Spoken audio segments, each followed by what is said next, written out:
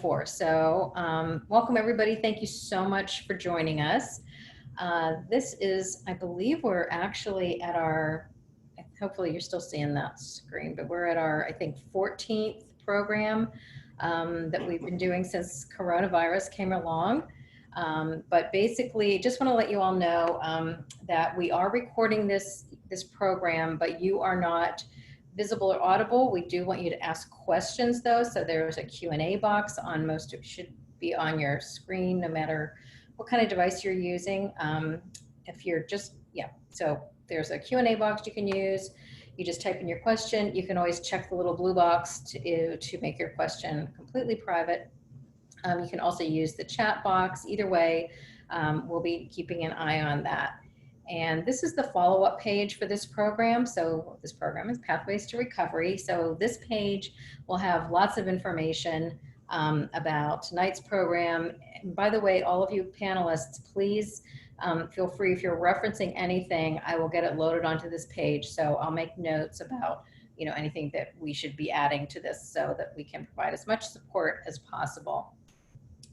I always like to remind everybody that we have parent groups that meet online during this pandemic as well. So every Wednesday at 7, this group normally meets in Hatboro.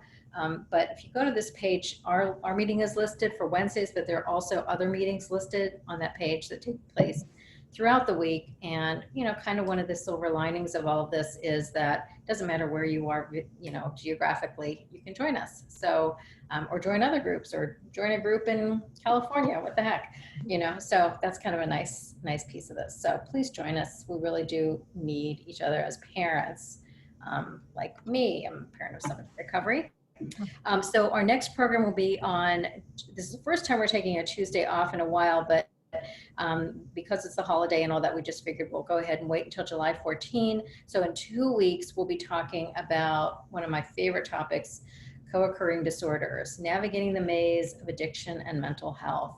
So we're going to have some folks from Newport Academy talking about adolescence and that co-occurring, how to diagnose, how to treat, and then also we'll be having someone, Patrick Dowling, who is an LPC. He's going to be talking about the adult population with regard to dual diagnosis of co-occurring disorders. So I think I will stop sharing, and so really excited about this panel this evening. We've got okay, so we have with us, we're going to start with Michael Blanch, who is a private practice clinician, who many of you probably know. He's going to sort of be our moderator this evening. We also will hear from Linda Garrity. She's with Hummingbird Yoga and Massage. She's going to be talking about recovery Dharma, trauma sensitive and recovery yoga, and some other things. We have Caroline Farrell from the Haven at College to talk about collegiate recovery. And Chris Golding is with us from Unity Recovery to talk about community centers, online meetings that are happening, and so forth. Liz Ferris is here from Ethos Treatment. Liz is going to talk about the benefits of MAT as a pathway to recovery. And finally, Bob Lamb is with us from the Phoenix in Philadelphia to talk about sober activities and other things we can do to stay connected and stay in recovery. So please feel free to ask questions throughout the program by typing into the chat box or Q&A. And Mike, you can go ahead and take it away. Thanks, Kim. And first, thanks everybody on this amazing panel. I'm not going to talk that long. Now that I said that, I'm going to jinx myself and talk a lot. But I'm really grateful to be here tonight. And I was with Kim and at the very first one, so I'm excited to hear 14 weeks later. You guys are still holding this, and this is an amazing thing to hold for families at different stages and different places of recovery, to know this resource is still available on Zoom. And again, all the work that Kim and her whole team does for Be a Part of the Conversation is an amazing team. And all of her talks and Zoom talks are available online. So if anybody has any questions, you can always follow up. And their website, by the way, is an amazing website because it has amazing links to all these different resources. And I literally give out your website every day, Kim. So thank you. So as Kim said, I'm Mike Blanch. I'm the co-founder of Ethos Treatment Center. It's an intensive outpatient services in Westchester, Plymouth Meeting, Center City, Philly, and our MAT specialist, Liz Ferris, is on this. I'm not going to talk about our program there, but an outpatient practice therapeutic alliance. I'm also a co-founder of the outpatient division. And when Kim and I spoke about doing this tonight, and as we spoke briefly before getting on this call tonight, you know, the process of engaging folks and engaging people in recovery isn't just a one-time event where they meet me or they meet one of us and they say, oh, this is it. I'm going to change my life. I'm going to walk away from this old lifestyle. I'm going to be ripped out of this whole entrenched system of substance abuse or mental health issues, and I'm going to jump happily into this new world and be happy to land. It is a multitude of different interventions. And as I've stuck around in this field, and I remain humbled in this field to know that we have to continue to expand the net. And expand the net means being able to be open-minded and willing to stretch our limits to help individuals capture them and engage them into recovery, but then to also continue to engage them in recovery. And the road of recovery, as I stick around this, as some people know, I've been doing this 25 years. I've worked at all levels of drug and alcohol treatment, that it is a wide, wide road. And at any stage of recovery, there is going to be a different needs of your recovery. And I wanted to kind of point out that there's two elements of my little talk tonight. One is that when I've worked with folks in substance abuse and mental health issues, it's the transition point of going from residential to outpatient or halfway house back to their own apartments or back into college or back into life. And these transitional points is where we need to develop and help their tribe, their families, their individual sense of being to really help their transition, to help them integrate and find that new tribe at that next stage.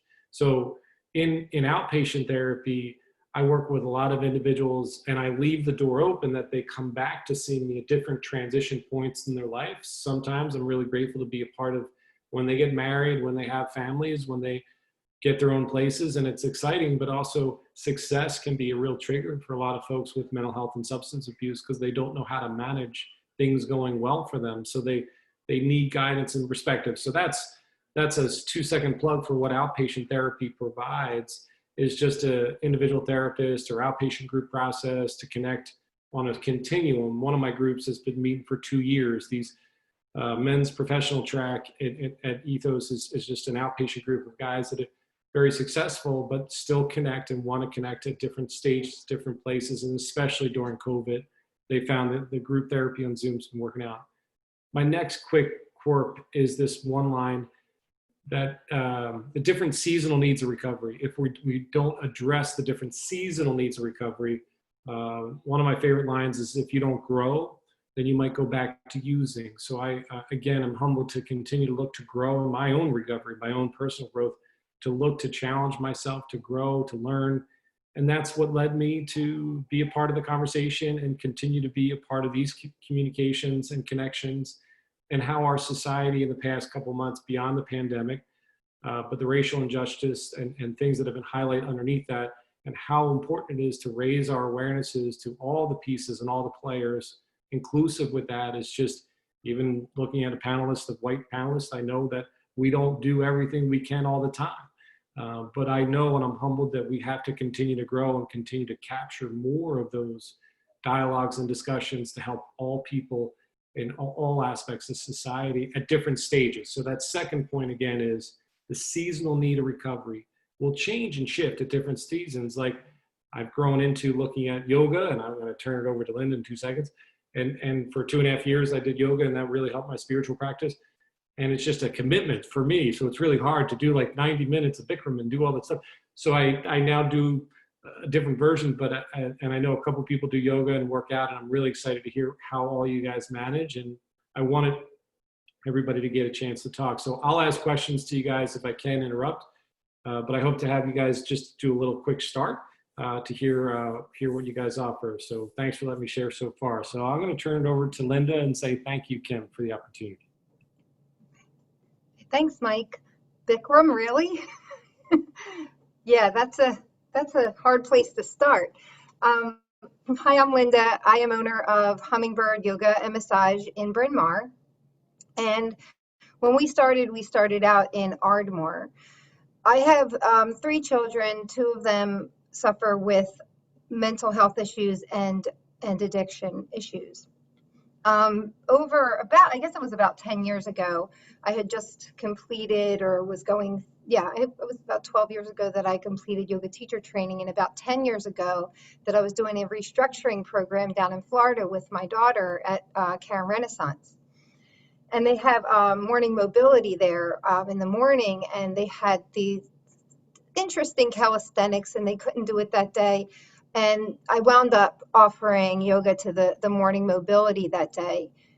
And I was a new teacher, and I didn't understand yet the profound effect that moving your body and breathing into it in a specific way can help those in recovery.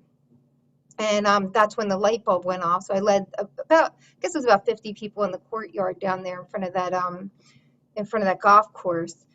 And all day long through the day, I was walking through the space, and folks were coming up to me saying that was the closest I felt to myself in years. You know, I suffered with addiction. I don't go there. I don't go into my body. It's the last place I want to go. So it got me started on this path of finding out how to do that and how to offer it to folks in recovery and with PTSD, with trauma, because it's all interconnected. And so did some programs outside of that, but then wound up opening a studio specifically so that we could have a place to go, because the thought in my mind was I would go to these gyms, and went to Upper Darby in a boxing gym where it was really loud, and I would march in there with Sanskrit music and trying to soften the mood while people were hitting each other in the background, but that was the best we could do at that time. And folks really took to it. It was a program. We did 90 yoga classes in 90 days for people in recovery back then. So everybody kept saying you need a studio. So we eventually, long story short, opened a studio in Ardmore, a small space, and we started doing mindful 12-step gatherings and monthly workshops. And so when we moved, and that was really well received, but when we moved to Bryn Mawr, there was a lot of younger folks in recovery and coming out of the a 30-day treatment that they were looking for something that wasn't 12-step. So that's when it started out as Refuge Recovery, and it moved its name to Dharma Recovery. And so we started doing the Buddhist-based mindfulness meetings at Hummingbird, along with this program that we have done for years, which is our recovery program. We started teaching teachers how to teach recovery yoga. We went based on, a lot of things that we learned just in the studio, because at that time there wasn't a lot of research around it, but now there's a lot more. But we learned a lot just by being with people and seeing how it feels to be in your body. And we built community. And in the Buddhist principles, we talk about Sangha. In yoga, we talk about Sangha as the community, and that being the most important thing, and the connection with other people.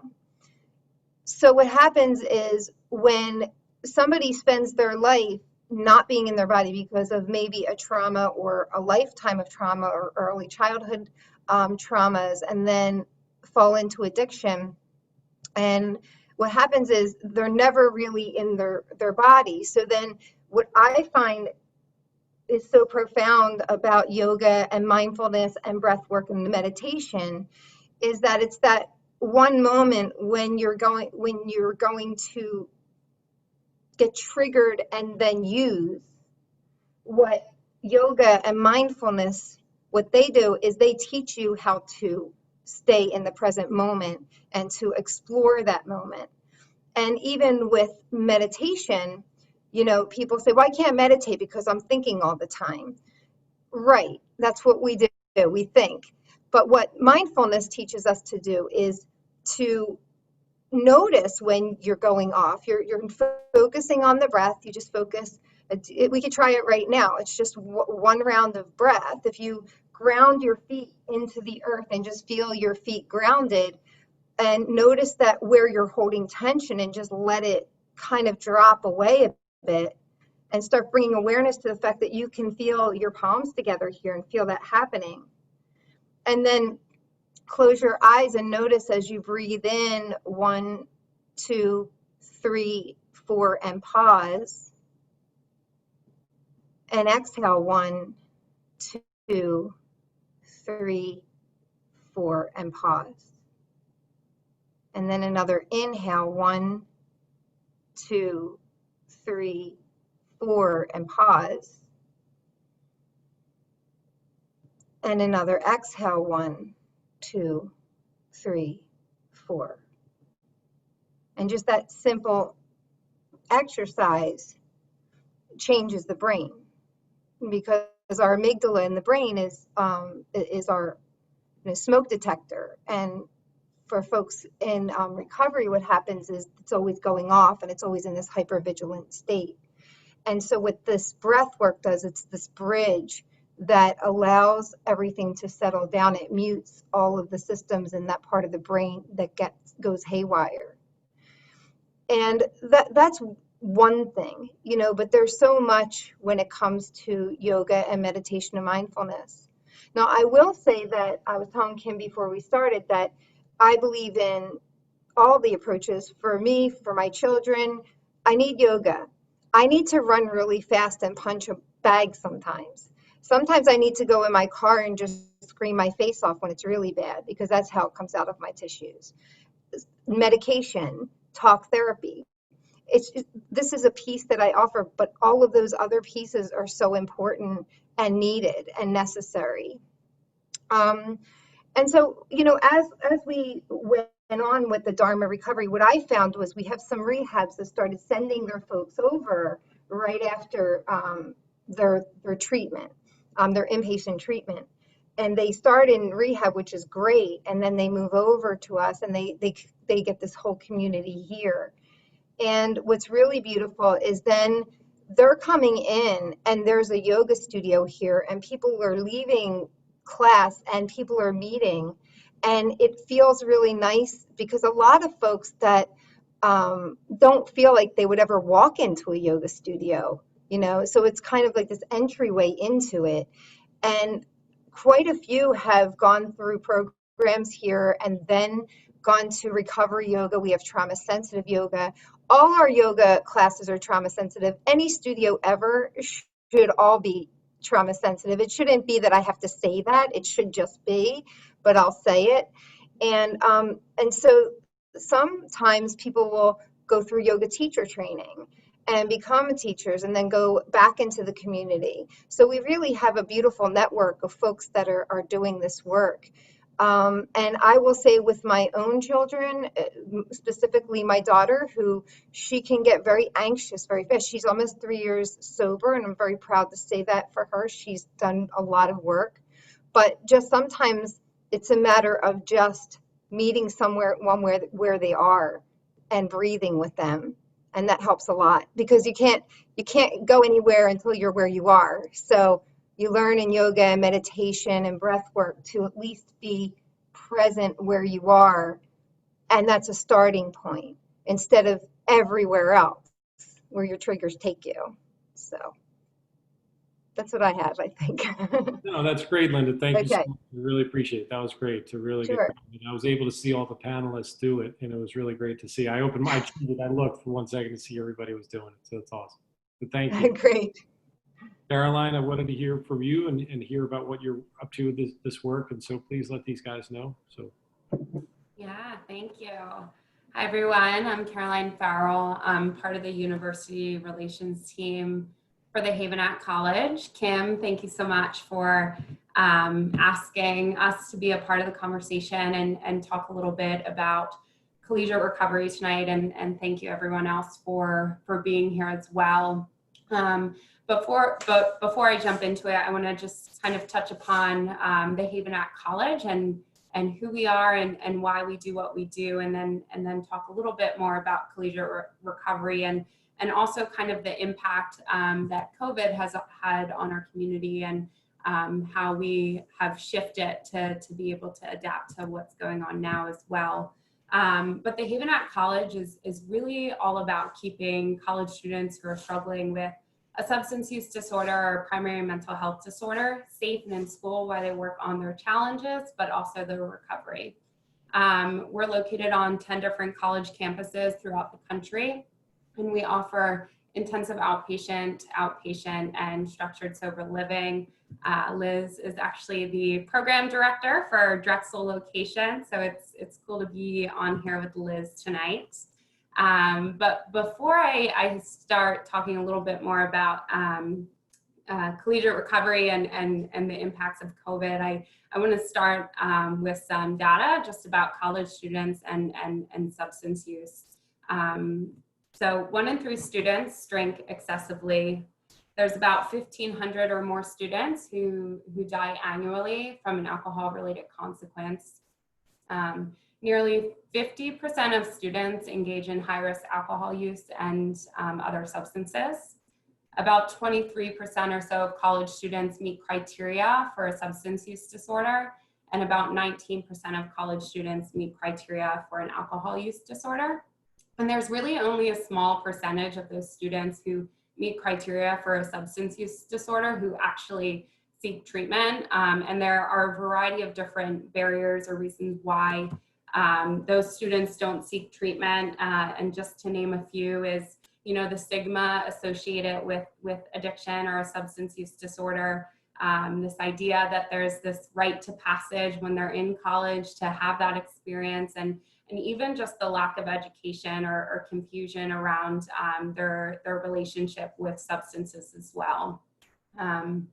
But because there is such a need for college students, there has been many programs and resources that have been created to support them in their overall wellness and their recovery journey. Over and over, one of the kind of main things that I hear from students, and even in my personal experience as a person in long-term recovery who had the opportunity to go through college sober, is there's this idea or this fear that students can have recovery or they can have college, right? And that is absolutely not the case. Students who go through this process and get into recovery, whatever stage they're in, they have tons and tons and tons of potential. And that is exactly why programs like the Haven at College and other collegiate recovery programs have been created. And collegiate recovery programs or collegiate recovery communities, that terminology is often used interchangeably, but what they are, they're housed within a university. They're typically led by an administrator or a staff person who oversees the program, and they're also peer-led. And really their goal is to support their students and not only maintaining recovery, but also having a really meaningful experience while they're in school and working on their academics as well. And each program, looks different depending what campus you're on, but oftentimes what the CRCs or the CRPs are made up of are having, on-campus recovery meetings now online. They have substance-free housing, substance-free social events, and they also do things like drop-in spaces or having a counselor who specializes with substance use disorders meet with their students throughout their collegiate and their academic experience to continue to support them, again, not only with their recovery, but the academic piece as well.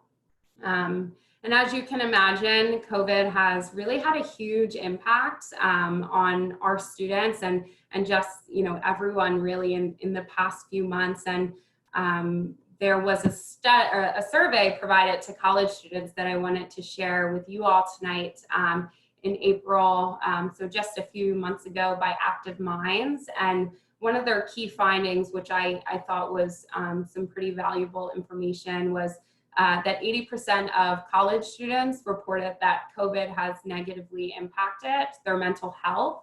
And some of the main areas that the college students self-reported has been the levels of stress and anxiety have increased.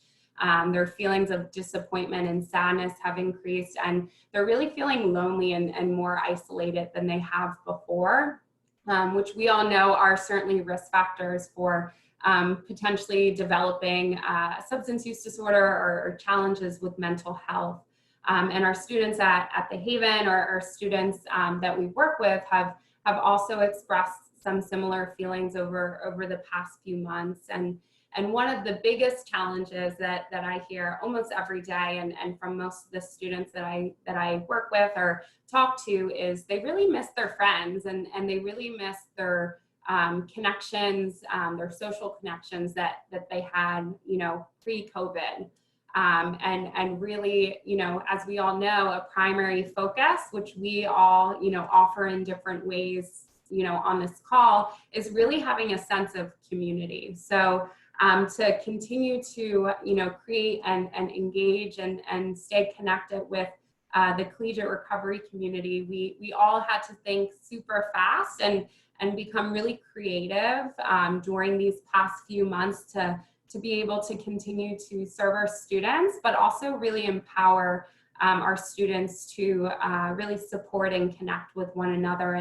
And what I've seen that we've done, at the Haven and just across the board, having access to daily online recovery meetings, whether that's an all-inclusive recovery meeting, or AA, or another group that is supporting one another, or really having those accessible. A lot of our students are, FaceTiming their sponsors or their supports to really try to stay connected with one another. Doing things like in-house activities, so movie nights and hikes and group dinners, and really trying to, continue to celebrate their recovery and celebrate this journey that they're on. A lot of the CRCs, because students were really uprooted in the middle of their semester due to, having to go home or be displaced, or, because of the social distancing, that was being implemented. The CRCs actually were able, some of them, to create a virtual drop-in space so students can continue to stay connected.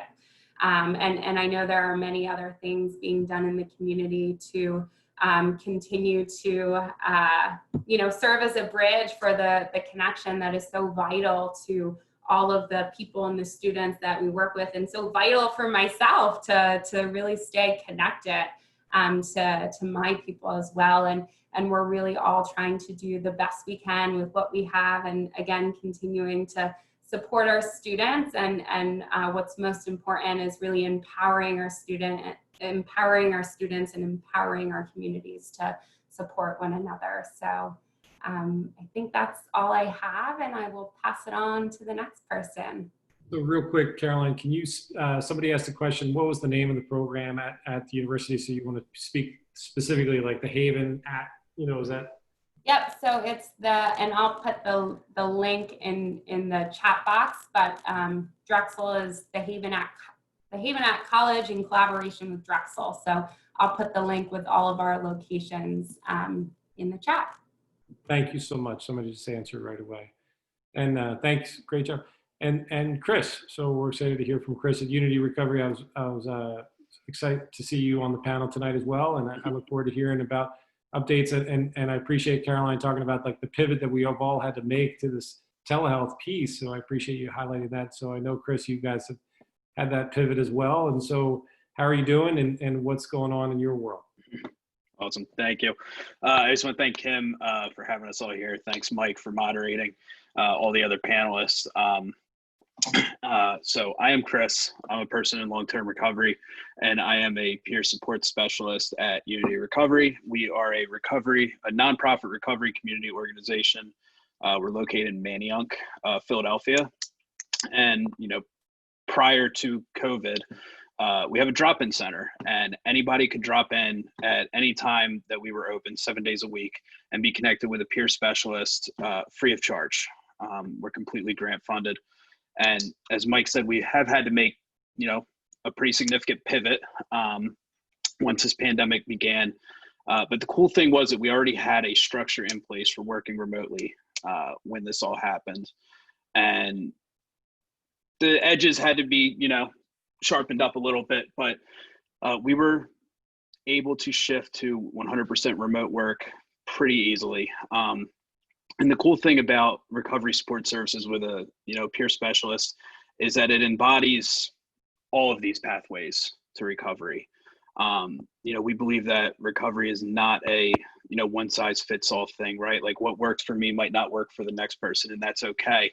And that's why there's many different avenues and many different pathways to find recovery. When an individual gets set up with a peer specialist, they start what's called a recovery plan. And the foundation of a recovery plan is goals, right? And it's goals on where the individual would like to take their recovery, right? Whatever direction that may be, whether that's harm reduction, whether that's a 12-step modality, right? Whether it's meditation and yoga. We have a yoga studio attached to our drop-in center. And I loved hearing Linda talk about the recovery yoga because I've seen the benefits of it in many people's recovery, and meditation is actually a huge part of my recovery. I meditate daily, and it's vital for me. I feel it when I don't. But sorry, I lost my place. So this recovery plan, it is 100% directed by the individual. We're peer support it's person-centered, it's person-driven, right? Recovery is a self-directed thing. So when somebody comes to meet with a peer specialist, we don't have an outcome for them. We don't have an outcome of where we want them to be. We want to know where they want to be, and we want to help get them there through the means of the recovery plan and setting, obtainable goals that are reachable and helping them walk along the path to reach those goals. And, it's a great thing. We have been able to remove, so one of the things that we did always was reducing barriers to engagement, right? And there's so many different ways that somebody can get in touch with us and be connected with a peer. We have a text line that's monitored 13 hours a day. We have a chat box on the website. We have an inquiry page on the website. Somebody can send an email in. All of our social media is monitored. Somebody can direct message the Instagram, Facebook, Twitter, and they could call, because like for one person, email might feel too formal. For another person, a phone call, the phone might weigh too much to pick up, and like a text message it's easier to send. We try to reduce every barrier to engagement, including insurance. We're grant funded. We're not fee for service. Anybody can be connected with us with no cost. And I know the other thing that I'm here to talk about are the online meetings. So when the pandemic started, we started hosting online all recovery meetings over Zoom. And an all recovery meeting is exactly what it sounds like. It's non-denominational recovery. It's not attached to any other modality. However, if people do contact us looking for a specific mutual aid, whether it's AA, NA, Smart Recovery, Recovery Dharma, we will absolutely connect them with that pathway and any resources that we have for online or digital means to access those meetings.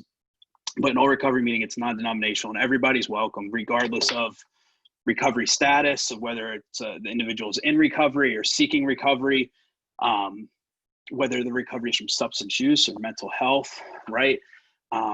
Anybody's welcome, and it's really it's a great thing because we've seen this recovery community that throughout the country, there's recovery community throughout the world, really. There's recovery communities all over the place. And through these meetings, we've been able to, make this one like massive, community of people that recognize each other when they come on to the 9 a.m. meeting, the 12 p.m. meeting, and they might be on different sides of the world, and they recognize each other, and they're asking how the kids are doing and this, and it's great to see those bonds formed. I don't have the exact numbers, so I don't want my boss to, get mad if I get this wrong, but over the last 12 weeks, I believe we've had something like over 100,000 logins on these meetings in over 30 different countries. And I mean, that it's just you know, making these meetings and making this support available to anybody that wants or needs it.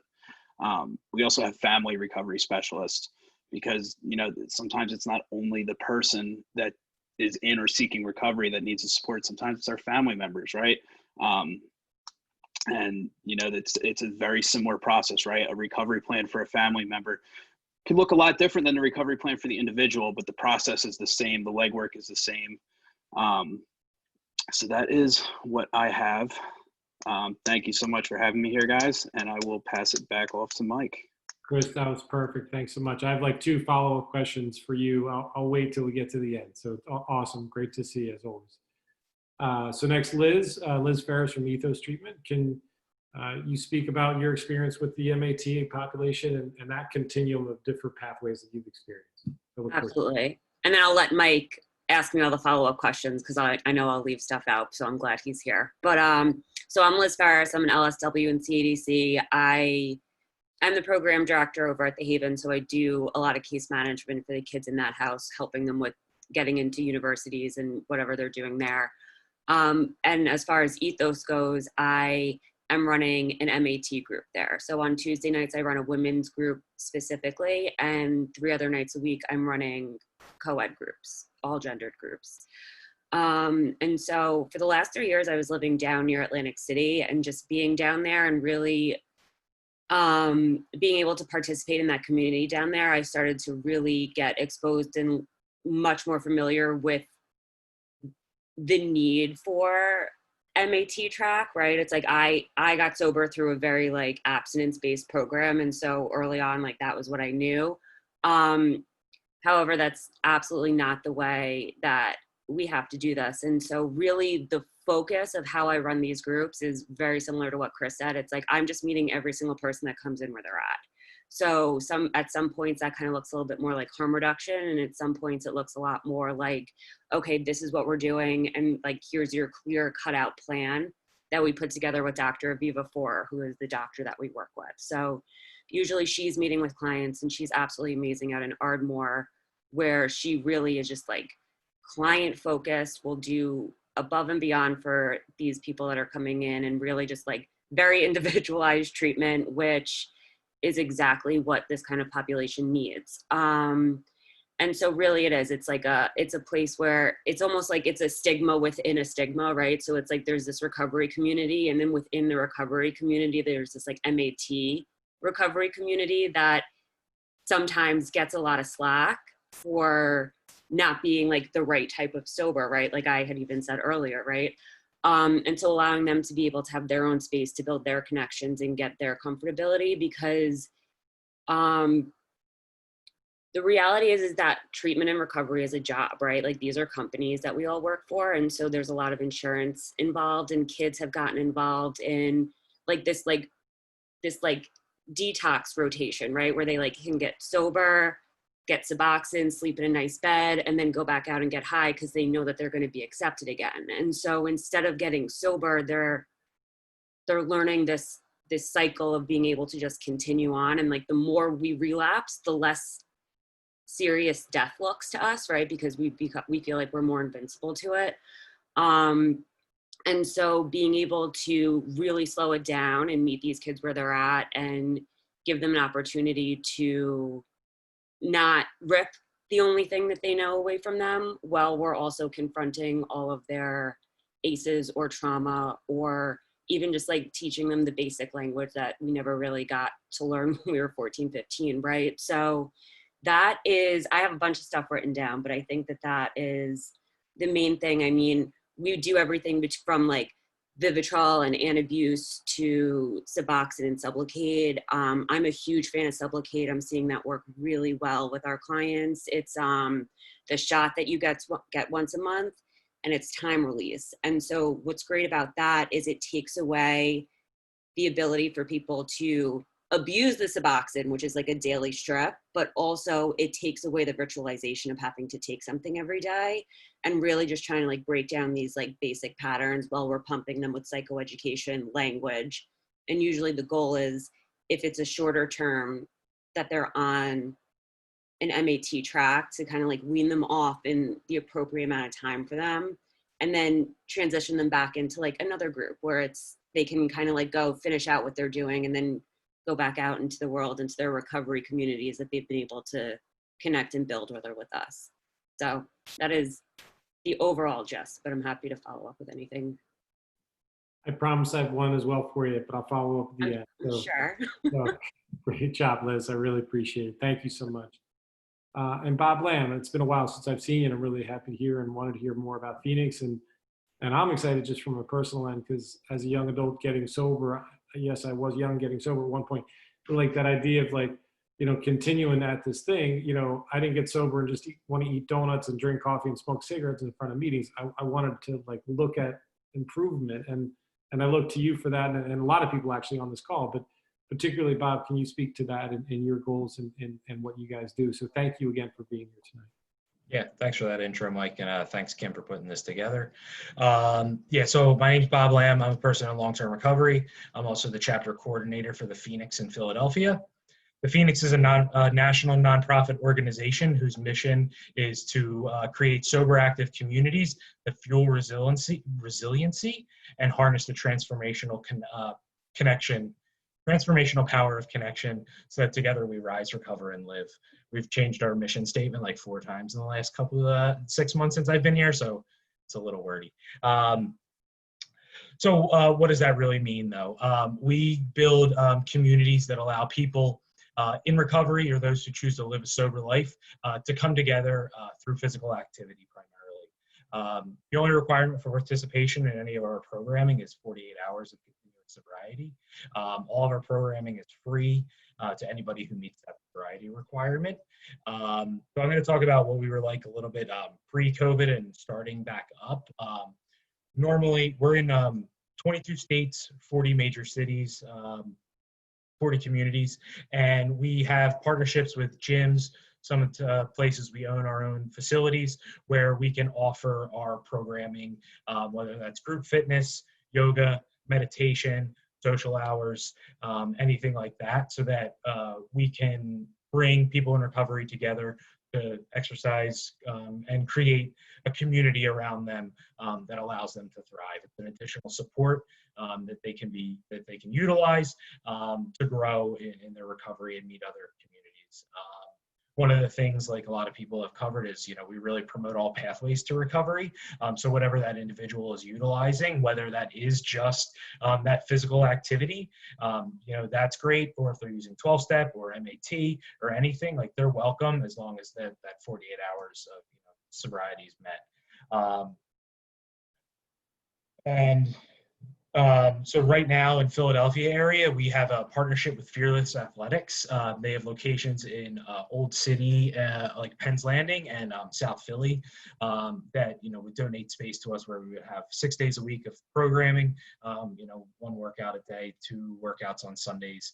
And we would, you know, come together and do stuff as a community. Once COVID hit, we started virtual programming. Our national platform pivoted to be able to offer all those programming and create that community all online. So we have, you know, morning meditations every morning, yoga, group fitness, you know, some functional movement workouts if you're, you know, a little uncomfortable or new to exercise and physical activity, as well as recovery social hours, kind of all recovery meetings, kind of just a place that people across the country can connect and get to know their other Phoenix team members. And then we also have a book club and a game night, just to kind of get people together for some fun stuff. The game night's been pretty ridiculous. It's been Family Feud, so it can be pretty entertaining. You know, we have people from all over the country coming together to do that. So, and that's kind of been something where we've been able to reach communities that we had previously not been able to engage with. Kind of what Chris was talking about with all recovery meetings, seeing people from all over the country come together, has been really, really awesome to see. So that is something that we're going to keep on our schedule, even as, you know, states start to reopen and regions start to reopen. We're going to keep that virtual platform available for people across the country and in Philadelphia region. You know, I forwarded all that information to Kim previously, so that'll be up on the site. And then as, Philadelphia area is starting to phase back the restrictions that are required, we are starting some outdoor programming. We're going to have social distancing requirements. All the participants are going to be required to wear a mask. That's starting up this week on Thursday night with a walk run along the Delaware River. And other group fitness classes and yoga classes starting all outdoor. Most of them are going to be at the Ray Street Pier along the Delaware, and also the park in South Philly for Saturday afternoons or Saturday mornings. So one of the cool things about our program is we really want it to be an emotionally and physically safe space. We really go through our standards and our community way we want our community to come together. So we don't allow any language that can be perceived as racist, sexist, homophobic, or otherwise offensive. We explicitly state to our people participating that we're not a dating club. We wanted to make sure that everybody knows that it is a safe space. All of our events are tobacco free and e-cigarette free. While we don't prohibit smoking among our participants, we want other people may be trying to quit. You never know what somebody's going through in that moment. Somebody may be allergic to it. So we want to make sure that, the community knows that our events are smoke free. And physical activity, we really want to reduce the stigma around what recovery can really look like. A lot of us, I know my preconceived notions about recovery was like sitting in a basement, smoking cigarettes, drinking like crappy coffee. So, trying to break down those stigmas and show that we can be active, we can be having fun. We don't always, have to be doing that. And if people do come in and smoke, being able to connect them with resources, if they do come to that, contemplative stage where they do want to start quitting.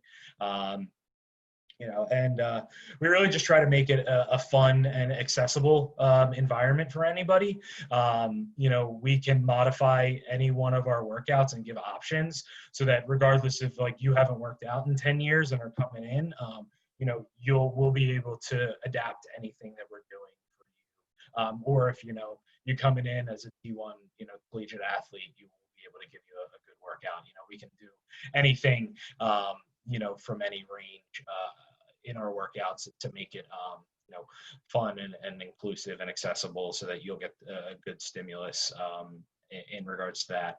And I like that Linda also talked about trauma informed or trauma sensitive recovery. We don't allow any physical cueing from our coaches. So, it's just a big piece that we feel is, all of our coaches are certified in the discipline in which they're teaching. So they'll be able to give cueing and modifications and we'll be able to help you without any physical touching. So it's a pretty great program. We're really looking forward to getting back to the in-person stuff, but kind of understand that the virtual platform will be here to stay for the foreseeable future to be able to deliver these workouts and connect people, as we don't really know what this is going to look like going forward. And I think that is what we do in a nutshell. There's probably stuff I'm forgetting that I'll talk about later. So thanks everybody for being here. Thank you so much. And I just said, well, first, thank everybody in the panel, and everybody did a great job, and I really appreciate it. And if you see my chat, literally after everyone spoke, I was like, great job. Do you mind talking about this? So when it comes to you guys, did a great job of nailing everything. I guess my first very important question to Bob is the family feud night. How did you think? What can you talk about the feud night and the book club? What is the book? The first book we did was the 4 Agreements. We found a book that we could find a PDF summarization of, so that we could you didn't have to have access to some type of the book itself or an e-reader. So something that was kind of public domain that we could share recap with.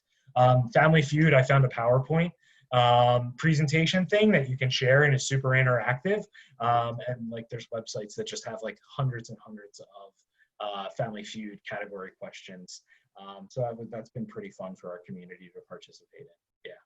That's just a great idea, from the connection, the community and everybody. So that's awesome, and that's where a lot of people are getting zoomed out of meetings and kind of zoomed out of this process.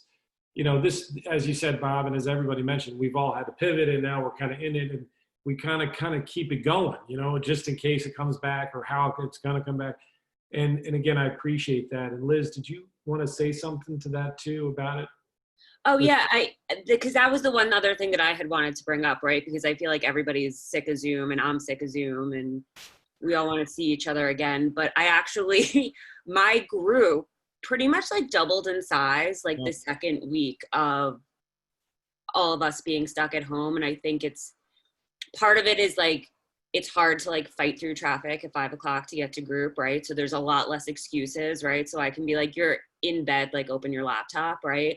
But also I think that the community that I'm working with is much more skittish around recovery and wanting to join. And I think that the idea for them that like they can just like slam the laptop if they don't like something I say is like much more inviting to them, where it feels much more like comfortable, where we're like all in our homes, like we all got to know each other's dogs, and like it's a smaller step for them to actually get into treatment as opposed to having to like drive somewhere and walk into a room full of new people. So while I'm feeling the Zoom burnout, I feel like this particular platform works really well for trying to introduce people in certain environments, which has been a really cool thing to be able to work with. Would anybody else want to comment to that? I think that's a great comment. Linda? Yeah, so I guess about a month and a half into the quarantine, we decided for the community to do a bingo night. And so that was a lot of fun. And in between each game, so we have some things at the studio. And we also offer massage as well. And it's we have a program around trauma sensitive massage, because there's not a whole lot of that being done. But anyway, we gave away massages. We kind of did these other things with the bingo games. And in between, we would pose a question like, what's the first thing you're going to do once you're allowed to do anything? And it just got the community get together, and people wanted it more and more. So it's just a way, again, it's that song, it's the way to get people together. So Absolutely. Yeah. And that's again that, and I appreciate both your comments about how, again, I think this Zoom kind of transition point was an access point. All of our programs, all of our outpatient centers and individual therapists have all kind of upticked because people need to talk. And that's the bridge for a lot of people, is getting into therapy and then getting into your guys, the physical outlets, and having some physical responsiveness around yoga and perspective and mindfulness there too is such a great access as well. So, yeah. So that's great. The one question that people had prior to starting tonight, there was a couple emailed in, was about, this transition back. And it was funny, I'm on a group text with a group of guys. Somebody's getting out of treatment. They want to volunteer, and they just literally posed at the beginning of our session, like, what are meetings in Chester County opened up? And literally, I knew that Kim asked that before we started. Somebody asked before we started tonight. There are a lot of meetings that are opening up, but as Bob talked about in the city of Philadelphia, Chris talked about in the city of Philadelphia, we got to be really mindful of like what's opening up and really pay close attention. So the Malvern Center, for instance, is planning to open up July 6th, but only 25 people in the one room and then 12 people in the second room.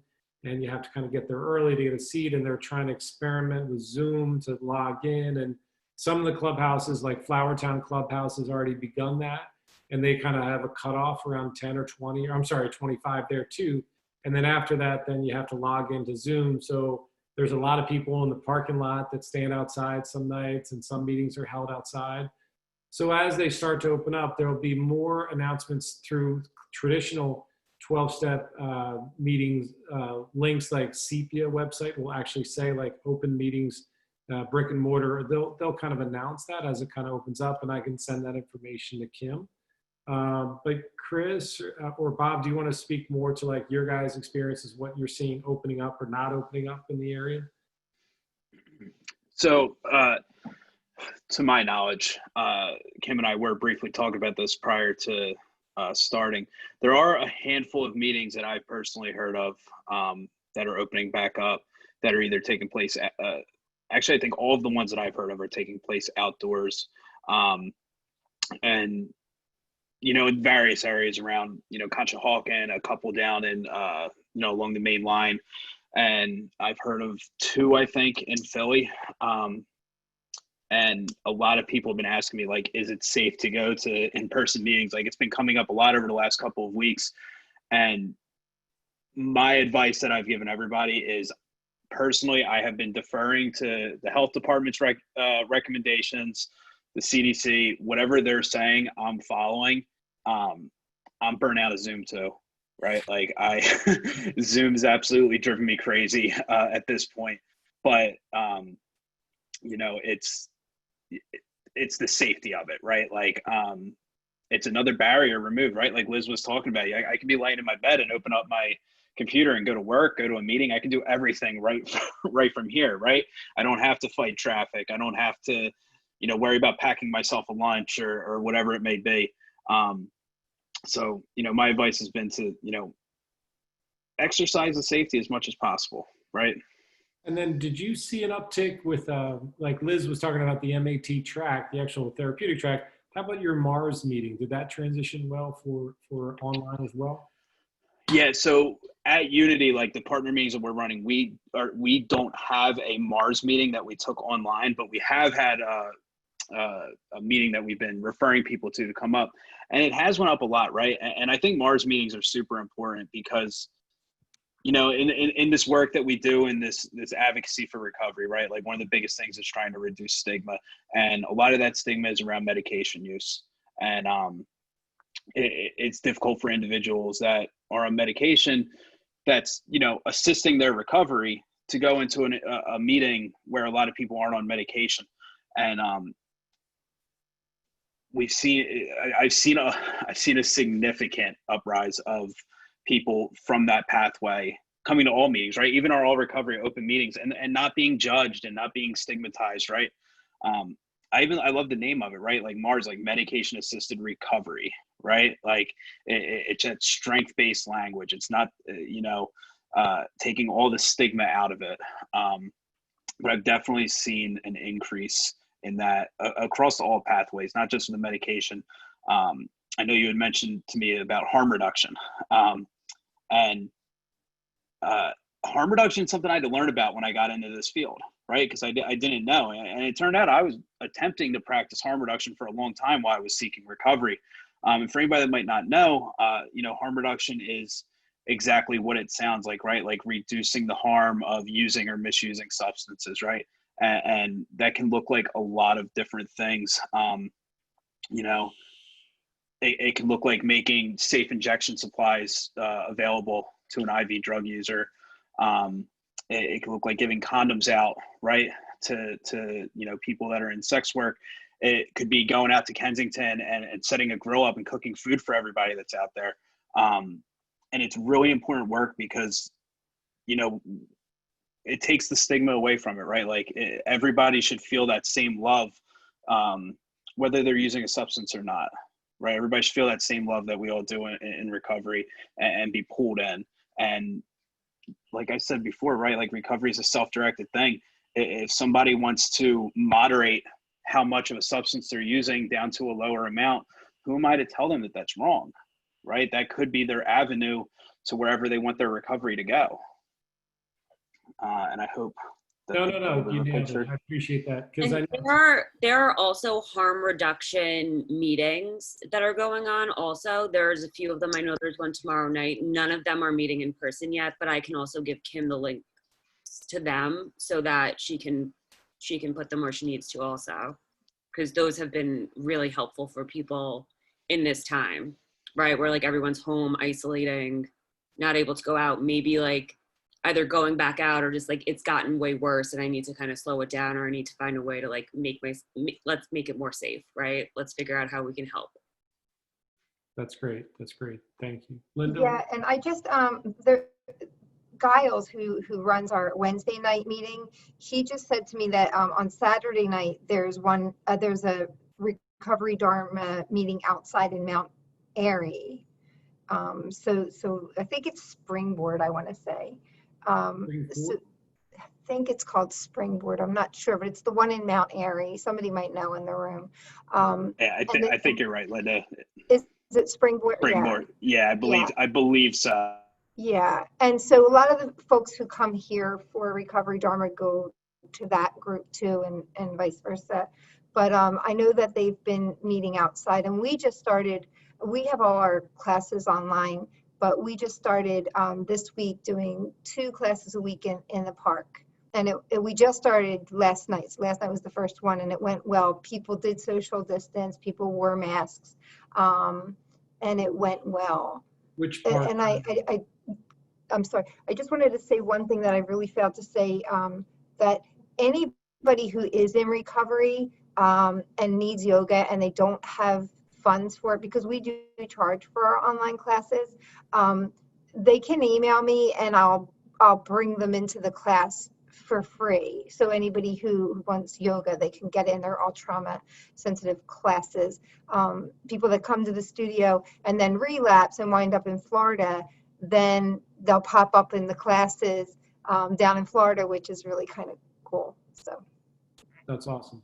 My quick question was, what park are you guys meeting at? You Oh, said sorry. Yeah, it's called Linwood Park in Ardmore. It's called Friends of Linwood Park, and you can go on our website and see where it is. It's just right in the center of Ardmore. awesome. Thank you so much. Sure. Liz? Also, the Sober and Gay meeting, it's at 8:30 every night in Center City. It's meeting currently in the Ethical Society. They're really strict with it. They have all the seats lined up. You have to wear a mask walking in. You can take it off when you're at your seat, but you have to keep it on the rest of the time.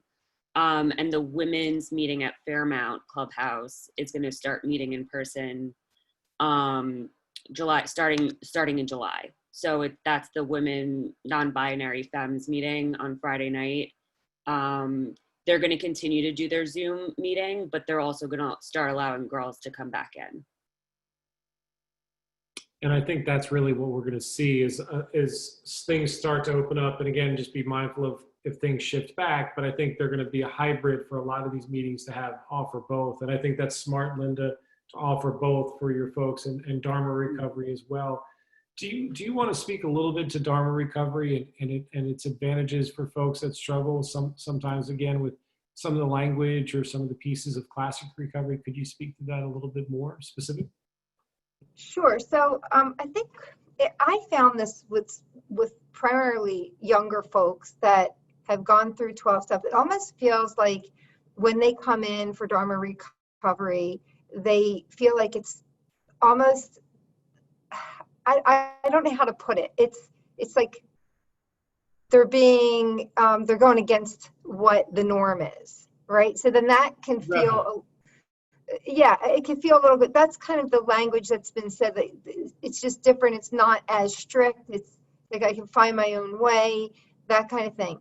The interesting thing about it, though, when you look at 12-step model and you look at what the 12 steps are, and then you look at the Four Noble Truths and the Eightfold Path, and then you look at yoga, the 8 limbs of yoga, they're all pretty much the same thing, and they all ask you to do the same thing.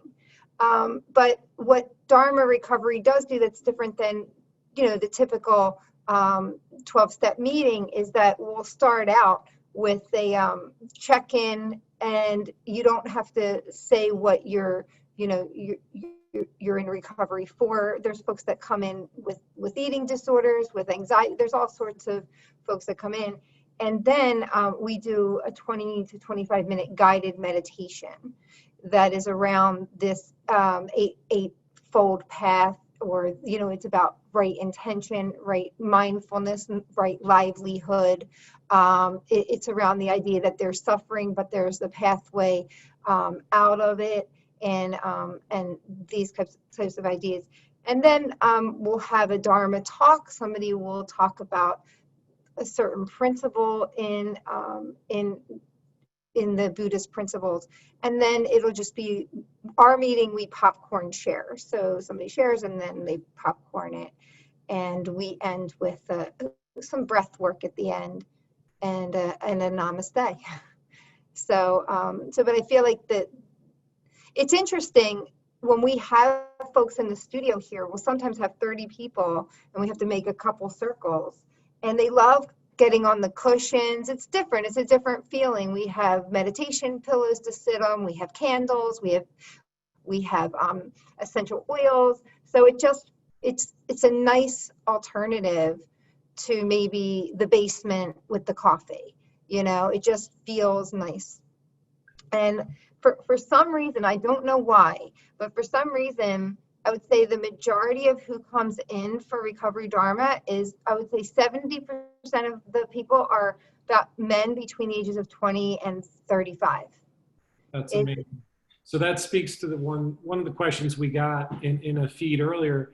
A parent was asking that, they're a parent of a young adult that's struggling with classic recovery, and the person is in their own recovery process. And I've seen this a lot professionally, where parents in long-term recovery, which is great, in their own recovery, which is awesome, and their child getting sober, the parent wants them to join them in their own classic recovery.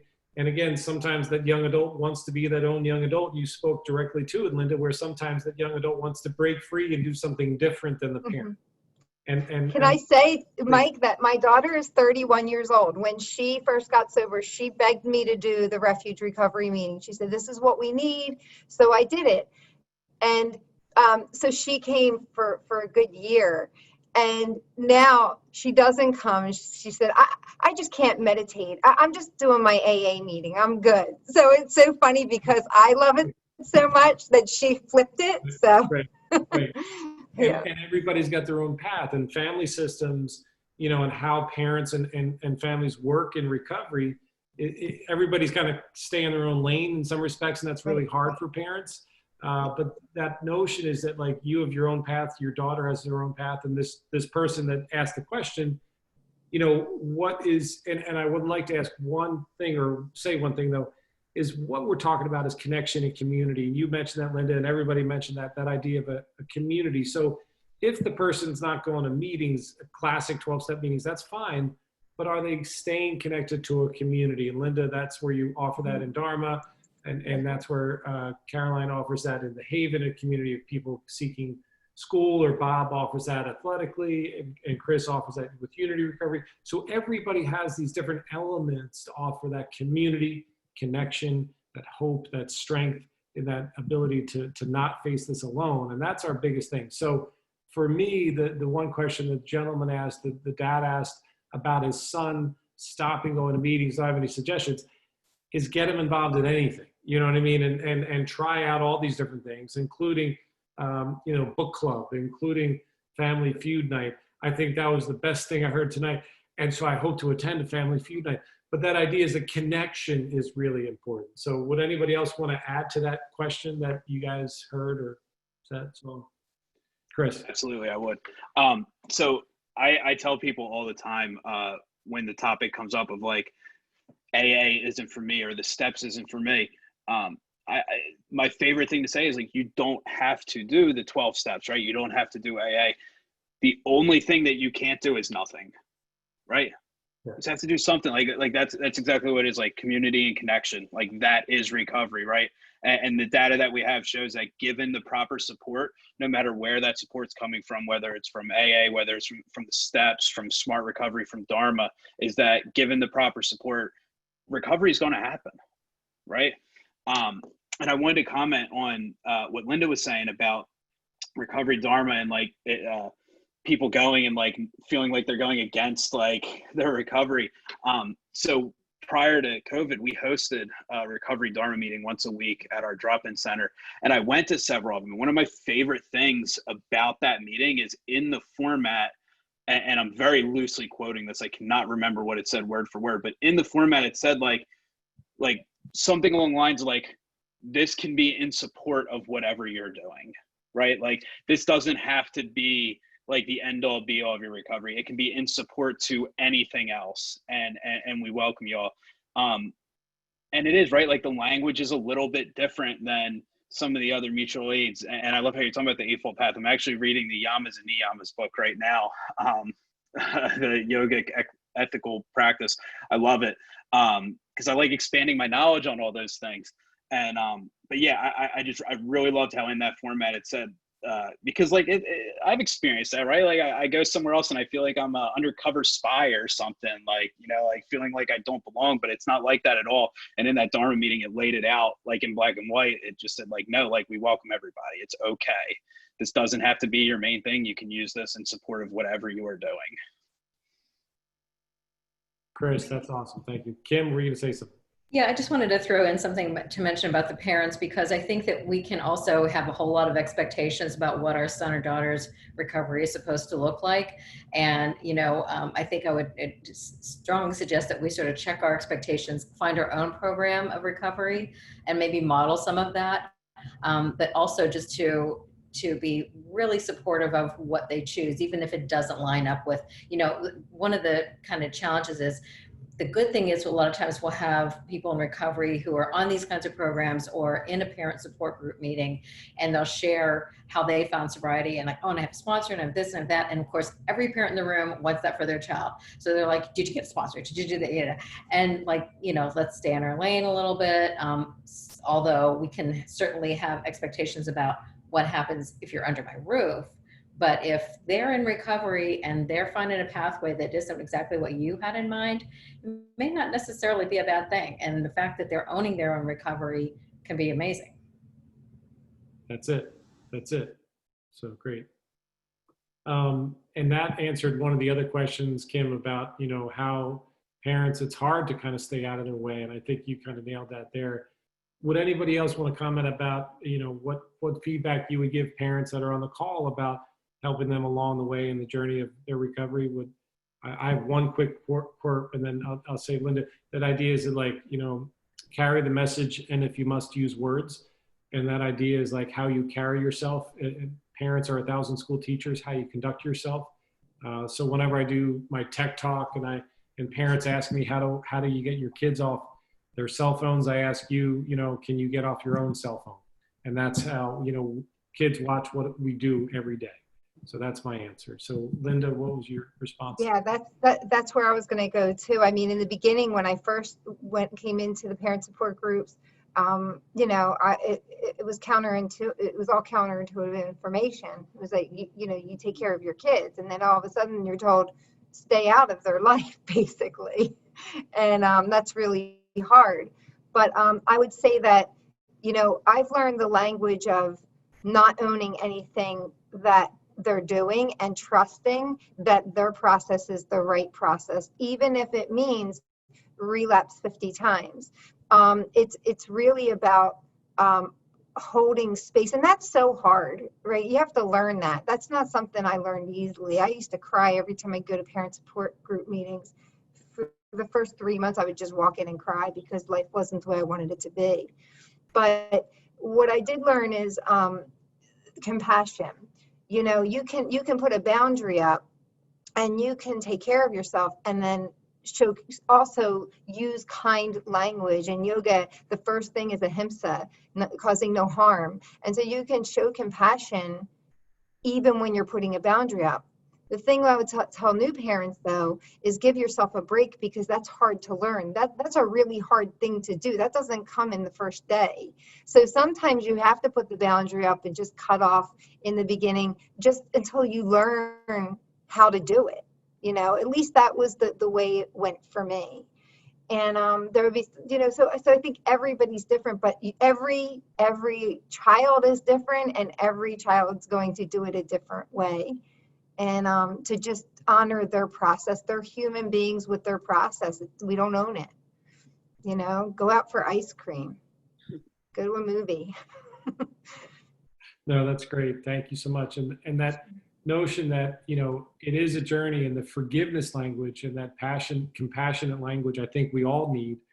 And the first question that was brought up before we started was, how do we manage, or how do we look at this broken system for mental health and substance abuse? And that idea is, you know, we've been very critical. We've all been very open to critiquing our own systems, and we've been willing to look in the deeper looks of things. But I think we also need a time to be compassionate for ourselves, as we're all zoomed out, and we need to be forgiving of this process, that it's a process that we have to learn. But again, I'm humbled that I need to challenge myself and learn and grow. And just like you all challenged me tonight to be learning and listening to everybody tonight. I think that's how we are going to fix this system, is by continuing to enhance it, by continuing to grow in it, and not think that it's done. It's a more fluid thing that we have to kind of meet our societal needs and our individual needs as we're in this process. So that answered that really difficult question. So as I'm wrapping up, and I wanted to make sure there was plenty of time for this question, do you guys have comments, or do you have things that we didn't get to tonight? And Kim is pointing a finger at a question. Yes. Yeah, there's a new question in the Q&A box, Mike. You want to answer it? Felt that Chris said it very well, so thank you, Chris. But good boundaries suggest that what will qualify a person for your consistent participation doing something as far as working a program is a bare minimum. Please comment as to what you believe are minimum boundaries. Chris, would you like to take that question just because it was posed to you, or you want to? Sure. So hold on, let me pull this up. I want to make sure I answer this right. Okay. Tough question. I can back you up on that. So I think Kim said it right. Like so minimum boundaries, right? Like, and I'm not a parent, right? So I'll try to navigate this very carefully. But as being a child of a parent, and I was in recovery, I know that my father, every time that I went through many treatments as a part of my recovery, or a pathway to my recovery, and he always had very, very strict boundaries for me while I was living under his roof. And that was his right to, I believe, right? Because I was living in his home. But I think so there was a huge like teeter, right, where like my dad had not much knowledge at all about recovery, about substance use, about anything like that. So he was kind of like hands off with it. And that really didn't benefit me much. But then he went to a couple of family support meetings, and he got some knowledge. And then it was almost as if he was way too hands on, and that pushed me away also. As far as minimum boundaries, I do believe in the self-directed recovery process, right? Like asking the person in recovery, like, what does your recovery look like? Like, where do you want your recovery to go? And I do truly believe that, and then meeting somewhere, right? Like meeting in the middle and aligning what they want their recovery to look like with those boundaries of being under your roof, or being the parent, being the family member. Try to find that alignment for them, right? Because the alignment that I find with, my father in my case might not be the same for you. It might not be the same for somebody else. But that intrinsic motivation, right? Like that empowering the individual that's in recovery or seeking recovery, it works, right? Like the data that we have shows that it works, versus the extrinsic, right? That's it. And Carolyn or Liz, did you want to comment? Either one of you guys? Go ahead, Yeah, Caroline. I think I just wanted to add to that. I think like it looks different for everyone. What minimal boundaries are. I'm just thinking we have a lot of kids who come to us at the Haven, and like very extreme parents who say you have to go to school full time and work 20 hours a week and go to 5 meetings a week and all this other stuff. And I'm like overwhelmed hearing all that stuff, right? Coming from a kid who is just in treatment and maybe for the past 6 months or a year doing nothing but getting high, right? And not doing much of anything. So I think it's really, hopefully there's someone involved outside the family system who can help kind of have objective guidelines or roadmaps to be able to help identify what those minimum boundaries look like. And again, just it looks different on a case-by-case basis. I know, when I was newly sober and I was 18 and living at home with my mom, it was like part-time work, like 10 hours in 2 classes and focus on your recovery, and that worked for me. But sometimes that doesn't work for other people. So again, case by case, and hopefully there's someone kind of helping the family navigate that, what that can look like. Mm-hmm. Yeah, when I work with the parents at the Haven, and I mean like younger kids too, right? It's like the parameters are so different for each family, but the one thing that I really stress to the parents that makes all the kids crazy is like consistency, right? It's like your kid is saying that he's going to move out and get his own apartment and X, Y, and Z. And it's like, what is the allowance that you're giving him? Or it's like he has a job and you're not paying him, like not giving him an allowance. So it's like, if he calls you, because like, you know, I'll have parents that are like, I'm watching his debit card and he's buying all his meals at 7-Eleven, right? Like, and that kind of stuff. And it's like, okay, what do we have control over here, right? And it's like your consistency, right? It's like, I gave you $70 for this week. You knew that. And so when he calls you on Tuesday because he spent $68 at 7-Eleven the day before, like, you just don't give him more money, right? It's like we need to like teach what those rules are, so it keeps you guys from going crazy and allows us to kind of take that over for you. And then also, like exactly what Kim said, just like having your own support community too, right? It's like you guys having your own program, your own connections, your own peers to bounce this off of, because you guys are not alone. There's a lot of people that are going through this stuff. There's a lot of parents out there that are going through this, and there's a lot of really great resources. And parents like to make everything look like everything at home is great, and you need to be able to reach out to each other and be able to like really talk honestly, because yeah, it's like there's this like, you go from having a kid who's like 11, 12, 13, and they're with you all the time, to like them like kind of like starting to branch out into their own.